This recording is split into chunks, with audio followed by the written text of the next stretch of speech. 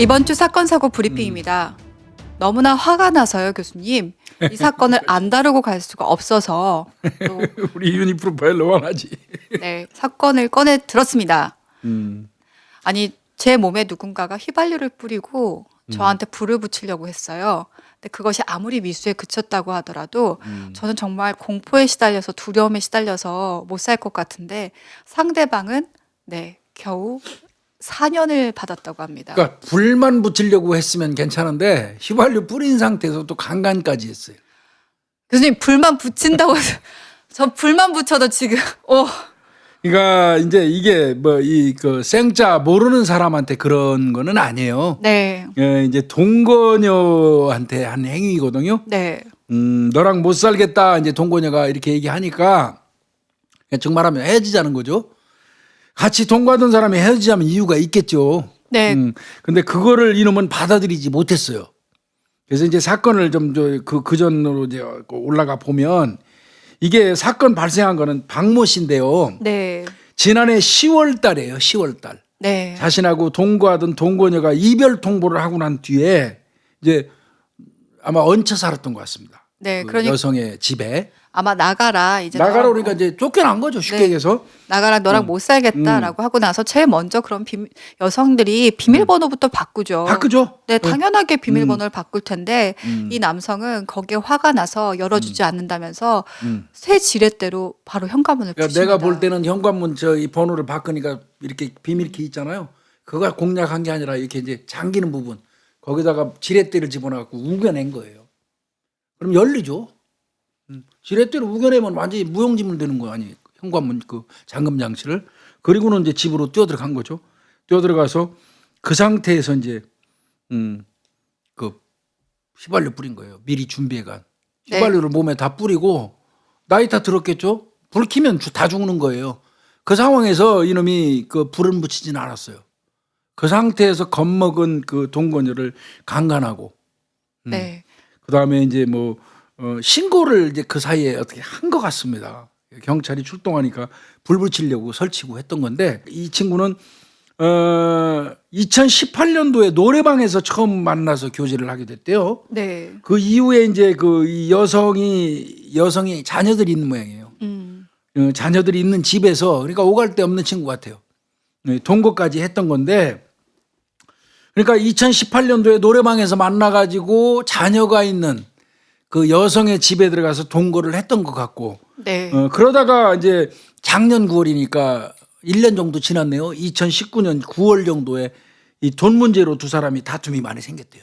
그러니까 아마 남성 같은 경우는 경제적 활동을 아마 잘 안 한 것 못했, 같습니다. 네, 안 했다 보니까 돈 문제 뭐 네가 돈을 뭐 못 벌어온다더니 뭐 아이는 키워야 되는데 너는 지금 돈을 쓰고 있느니 뭐 아니면 또 다른 뭐 사업을 하려다가 뭐 돈이 잘못될 수도 있고 서로 이런 문제들이 생겼던 것 같아요. 근데 우리 살인 사건 많이 다룰 때마다 항상 그 초시가 되는 사건의 처음이 되는 것들이 돈 문제가 되게 금전 많잖아요. 문제가 많죠. 네. 그러다 보니까 돈 문제로 서로 계속 다투다가 실제로 이제 가정폭력 같은 일들이 벌어지게 됩니다. 이 남성이 맞습니다. 먼저 폭력을 행사를 하다 보니까 이 여성이 이제 그 진짜 헤어지자, 동거를 그만하자라고 된 건데요. 아마 이 남성이 욕설을 하면서 테이블을 발로 차고 막 이러니까 경찰이 왔었던 것 같아요. 그러니까 가정폭력으로 신고된 것 같아요. 네. 잘 아시겠지만 가정폭력은 꼭 법률상의 배우자만이 가정폭력의 대상자가 아니에요. 네. 동거하는 사람도 사실혼 관계에 동거하는 사람이 아내라든지 남편을 때리면 그것도 가정폭력의 범주에 들어가거든요.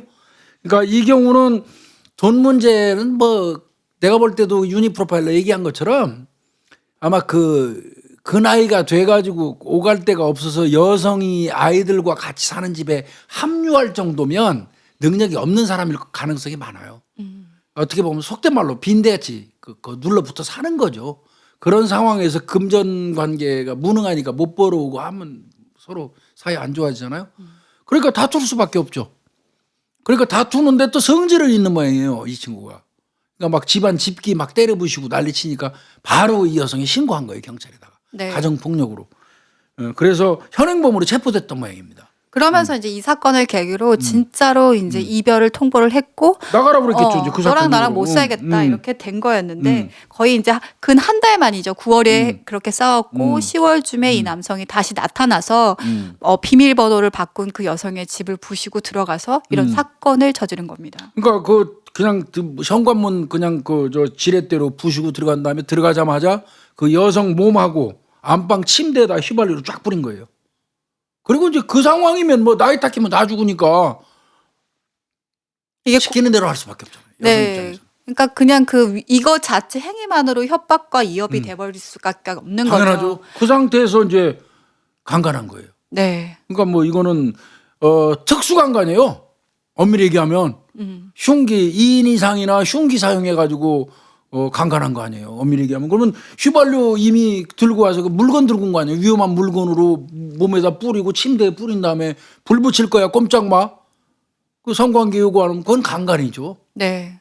그런 식으로 해가지고 이제 이놈이 8시간을 강간하고 이 여성을 감금을 했다고 하고요. 그 8시간 사이에 이 여성이 이제 몰래 경찰에 신고한 것 같아요. 그러다 보니까 경찰이 출동을 했겠죠. 그렇죠. 그래서 경찰이 출동을 했을 때 나 불 붙이겠다고 그러면서 한참 동안 소동을 벌였었나 봐요. 그리고 이불에 불 붙이려다가 미수에 그쳤다고 그래요. 네. 그러다 보니까 이제 그 입건이 됐고 재판을 받았는데 검찰에서는 8년을 구형을 했어요. 많이 했어요. 8년. 네. 근데 재판부에서는 4년을 형을 내렸는데요. 그 판결문 좀 교수님 읽어주세요. 반토막이 됐는데 이게 참 네.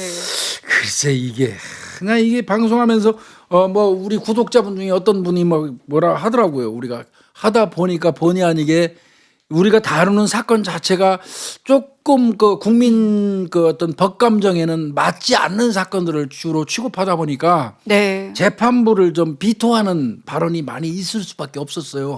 그랬더니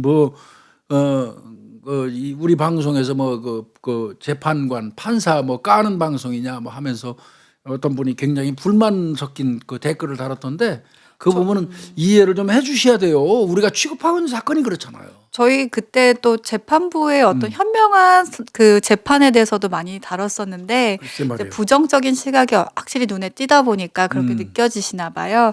근데 저희가 선정하는 것 자체가 우리가 알아두면 좀 유용하거나 이런 사건까지 있나라는 것들이기 때문에 그런 부분은 좀 양해를 부탁드리겠습니다. 여기 재판부가 뭐라 그러냐면요. 네. 피고인의 주거 침입 방법이 폭력적이고 폭력적이잖아요. 그 쇠 네. 지렛대로 우기고 들어가서 빠루 그러니까 이제 쇠 지렛대를 빠루라고 그러죠. 일반적으로 빠루와 휘발유를 미리 구입해서 준비하는 등 범행이 우발적인 것에 그쳤다기 보기 어렵다. 그러니까 계획적이라는 거죠. 거기다가 피해자로서는 극심한 공포와 당연하지 않습니까 이거. 몸에다 휘발유 뿌려놓은 상태에서 나이타 들고 있으면 그 자체가 나 죽인다는 소리랑 똑같아요. 네. 나이타 키는 순간 펑 하고 붙어버려요. 휘발유 뿌리면 그렇습니다. 극심한 공포와 고통을 겪었을 것으로 보인다면서 다만 이전의 누범전과 그러니까 재물손괴는 이 사건하고 좀 상이하다. 가정폭력 당시에 집기 때려부신 그 재물손괴하고 이 사건은 상이하다. 근데 연계는 돼 있죠. 이어져 있죠, 범죄는. 근데 그 부분은 전 이해가 안 가요. 이 사건 범행하고 상이하고 성범죄 전력이 없고 피해자가 피고인의 이게 제일 큰 것 같아요. 피고인의 처벌을 원치 않으며 법원에 선처를 요구했다. 근데 이제 저는 이 부분에서 김윤희 프로파일러도 그렇게 생각할 것 같은데 여성들이 혹독한 어떤 폭행을 당하고도 본의 아니게 합의하는 경우가 사실 많아요. 첫 번째는 그 폭력을 당했던 여성들이 갖고 있는 심리 중에 하나가 뭐냐면 불안과 두려움도 있지만 그렇죠. 두 번째 진짜 많은데 내가 잘못해서 이 사람이 이런가? 라는 생각을 갖는 경우들이 의외로 많아요. 그러니까 두들겨 맞고도 저 오빠가 나를 사랑해서 때리는 거야. 내가 뭔가 잘못했겠지 하고 스스로 생각하는 거하고 유사한 거죠. 네. 첫 번째 같은 경우는 내가 이 사람한테 선처를 구해주지 않으면 나중에 나와서 이 사람이 나 어떤 해코지를 할 수 있다. 나는 이걸 크게 봐요. 네. 그다음에 두 번째는 이 사람하고 어차피 산 시간이 있고 나랑 어떤 감정적 교류가 오갔기 때문에 한국인의 뭐 정이라는 것들도 있고 내가 이렇게 나쁘게 대하면 안 된다지 안 되는데라는 것이 있고, 세 번째는 혹시라도 이 사람이 나 때문에 잘못 만나서 나 때문에 내가 잘못해서 이런 일까지 벌어졌나라는 마음도 있어요. 근데 이 피해자들 같은 경우도 다 케이스 바이 케이스거든요. 다 다르긴 한데 교수님이 보는 시각도 아마 굉장히 가장 큰 많은 부분을 저는 차지할 제일 거고요. 문제를 삼고 싶은 거는 그 부분이에요. 합의 내가 이제 그 일선에서 특히 성범죄 관련돼서 사건 조사를 하다 보면 얼마 안 있어가지고 구속영장을 발부받아서 유치장에 입감을 시켜놓고 있는데 조만간 송치할 상태에 있는데 여성분이 와가지고 합의서를 가지고 와서 선처해달라는 거예요. 그럼 깜짝 놀라죠, 우리 입장에서는. 아, 이런 상황에서 이런 놈을 봐주라고? 그럼 돈 받으셨어요?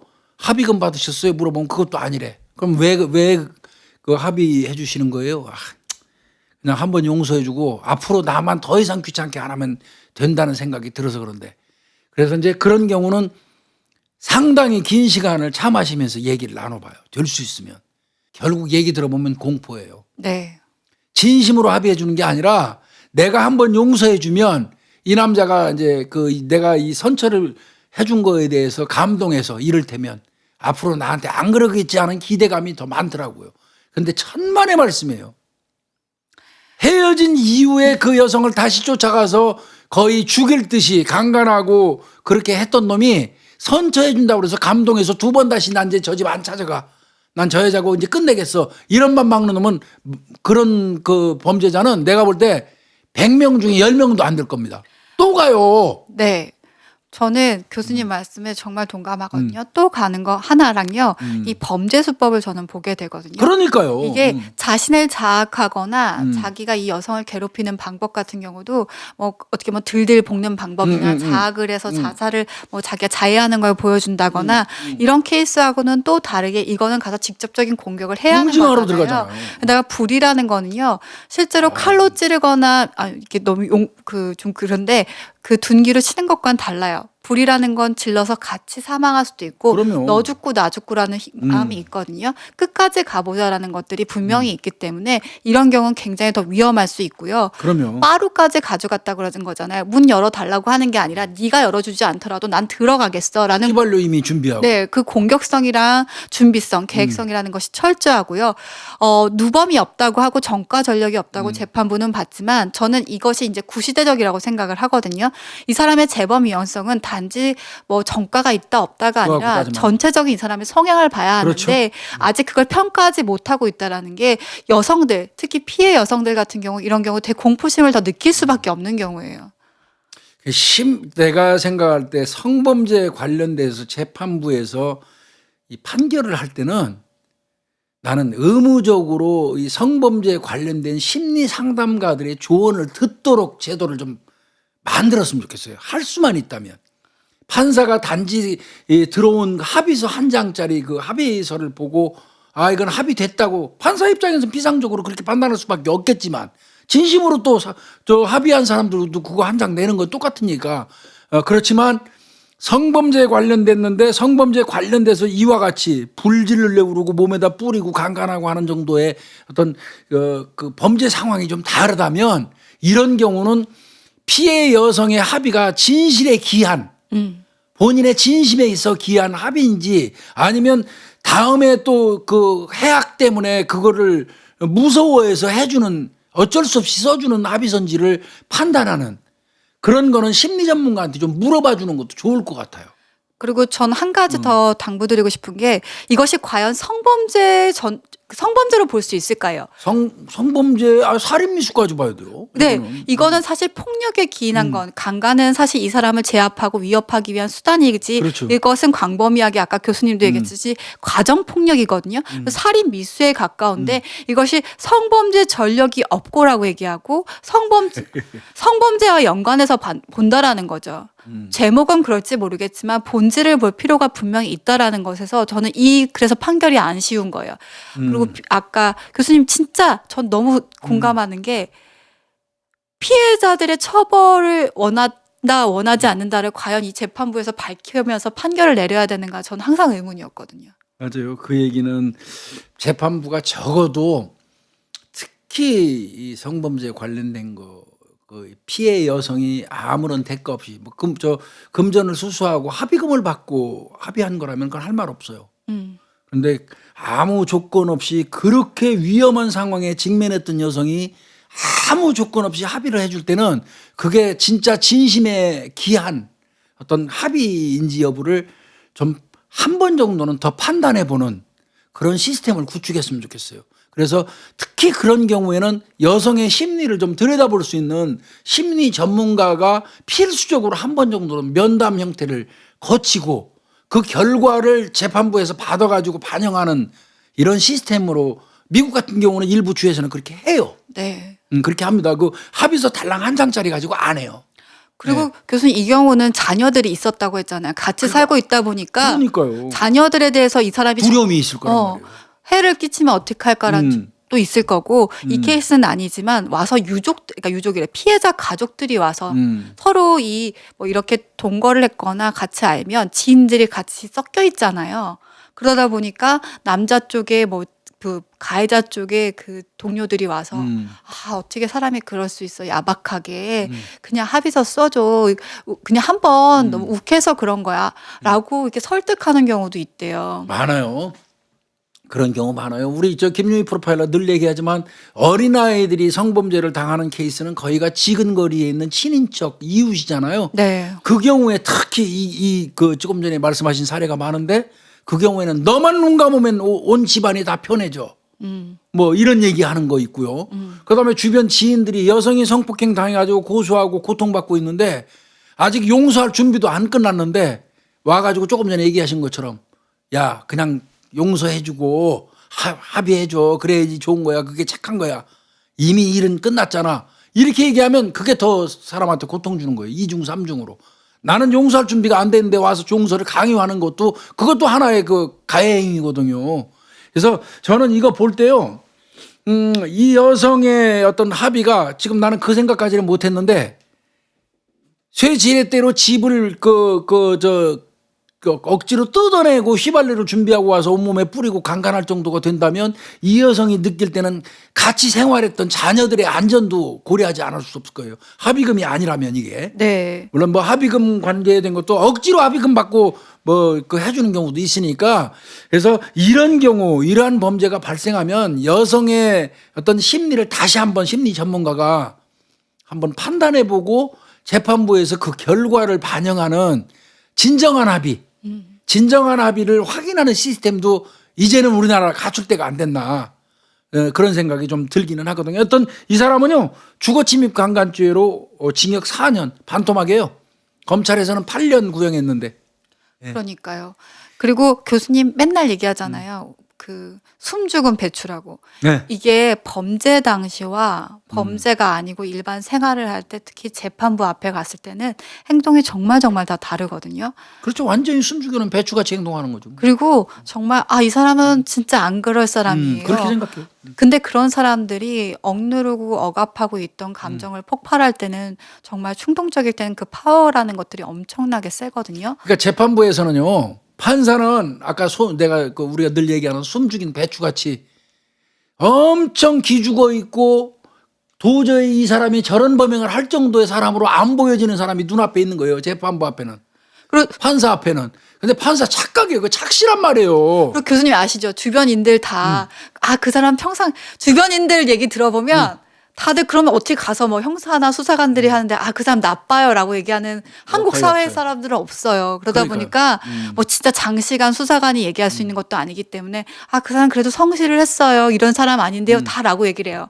그럼 주변 사람 지인들의 진실 그 증언을 믿을 수 있는 걸 좀 없어요. 좀 가려서 들어야 돼요. 그러니까 판사님들이 자신의 앞에서 재판을 받는 범죄자는 장대호 같은 놈 빼놓고는 거의가 순한 양이 돼가지고 나타난 겁니다. 착시에서 벗어나야 돼요.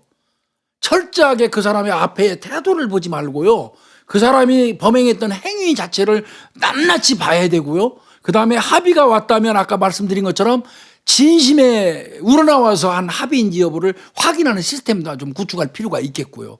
그래서 저는 이 부분은 이거는 좀 유감입니다. 또 뭐 이 얘기 한다고 또 어떤 분이 또 그렇게 얘기할지 모르는데 저희가 다루는 사건이 그러다 보니까 그래요. 검찰에서 그 구형 8년을 한 거는 그만한 이유가 있어요. 나름대로 위험한 범이잖아요. 엄청 위험하잖아요. 쇠지렛대로 문 뜯고 들어와서 그 얘기는 아까 김유희 프로파일러 얘기 맞아요. 네가 아무리 잠궈 봐라 비밀번호 바꾸고 내가 들어가고 싶으면 난 앞뒤 안 가리고 뭐 뜯어내고라도 들어가겠어 그 소리잖아요. 네. 이 얘기는 바꿔서 얘기하면 여성의 입장에서는 언제든지 올 사람이에요. 아무리 내가 방비를 잘해놔도 아마 이 사람 무서운 사람인 거죠. 재판부에서 위험만 주려고 했다. 난 불을 붙일 생각은 전혀 없었다. 근데 아마 경찰이 와서 내가 당황해가지고 불을 붙일 생각이었었다라고 하지만 전 그거 절대 믿지 않는 게 왜냐하면 일단 충동적으로 자기가 그 집에 빠루를 이용해서 들어갔고 휘발유를 저질렀기 때문에 휘발유 들고 들어갔잖아요. 뿌렸기 때문에 어떤 행동이든 할 수 있는 사람이라는 아유, 그럼요. 거예요. 그렇기 때문에 그 말을 보는 게 아니라 그 사람의 행동을 보고 그 사람의 성향을 보는 것이 가장 정확한 재판의 판결이라고 생각이 들어요. 오만 가지 그 재수 없는 놈이 어떻게 보면 이 여성 입장에서는 이제 헤어지고 나서 그런 놈이 와가지고 몸에다가 휘발유를 확 뿌렸어요. 침대하고. 그 상태에서 어쩔 수 없이 성관계를 하는데 간간이죠? 네. 그 여성이 얼마나 비참했을까요? 왜 그런 부분은 생각 안 해보냐고요, 판사가. 휘발유를 내 몸에 끼얹어 가지고 내가 반항할 수 없도록 한 상태에서 내 몸을 탐할 때 그 여성의 입장은 왜 한 번도 고려 안 해보냐는 거죠. 이거 만약에 내 동생, 여동생한테 이런 짓 했으면 내가 때려 죽여버려, 이거 진짜. 그런데 사실 이제 이런 부분 등등이 좀 맞득지 않기 때문에 저희가 이제 이렇게 얘기하는 거지. 아예 판결, 절대 다수의 판결, 우리가 여기서 다룰 필요 없는 판결들은 판사가 합리적으로 잘 법리에 의거해서 판결하는 거겠죠. 그건 좀 믿습니다. 그렇지만 저희가 다루는 건 그거예요. 저는 이 사건을 보면서 제일 화가 났던 거는 자꾸 이제 형사를 오래 하면 상상을 해요. 이 범죄가 일어났을 때 그 당시에 피해자의 어떤 심리 그런 거를 자꾸 우리는 그 형사들은 잊게 되거든요. 한번 생각해 봐요. 문을 우당탕탕 열어 제끼고 쇠파이프를 들고 휘발유통을 들고 와서 대짜고짜 그 자기 몸에다가 확 뿌린 다음에 침대에 눕혀놓고 강간을 하는데 그 당하는 그 여성의 입장을 한 번 정도는 판사님도 생각해 봐야 할 거 아니에요. 얼마나 비참하겠습니까? 근데 그런 이게 법이라는 것도 사람이 살아가면서 상식에 기반해서 좀 상상도 해줄 필요가 있고 예측도 해줄 필요가 있는 거거든요. 그래서 저는 그런 부분이 좀 많이 아쉽고요.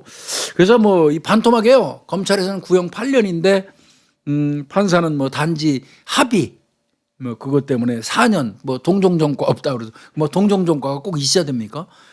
그래서 4년을 했다고 하는데 4년은 그러면 풀로 살고 나올까? 그다음에 4년 뒤에는 아무 일이 없을까? 아무 일이 없겠죠. 물론 없어야 되겠고요. 그렇지만 하여튼 이 판결도 일반인의 법감정에 비추어 볼 때는 마뜩지 않아요. 네. 네, 마뜩지 않아요. 이거 굉장히 불편해요. 네. 더 불편한 마음을 좀 여기서 정리를 해야 될 것 같습니다. 오늘 여기서 마무리하도록 하고요. 교수님 좀 안타깝지만 또 이 피해 여성분 또 관련된 분들 다 이겨내시라고. 그러면 힘내십시오. 힘내고 가능하면 그냥 이사하셨으면 좋겠고. 저도요. 네. 근데 참 아이들이 학교 다니고 있을 것 같아서 그게 좀 찝찝하고 그런데요. 그러니까요. 가능하면 이사하고 그런 인간 빨리 잊으려고 노력 많이 해야 할 것 같습니다.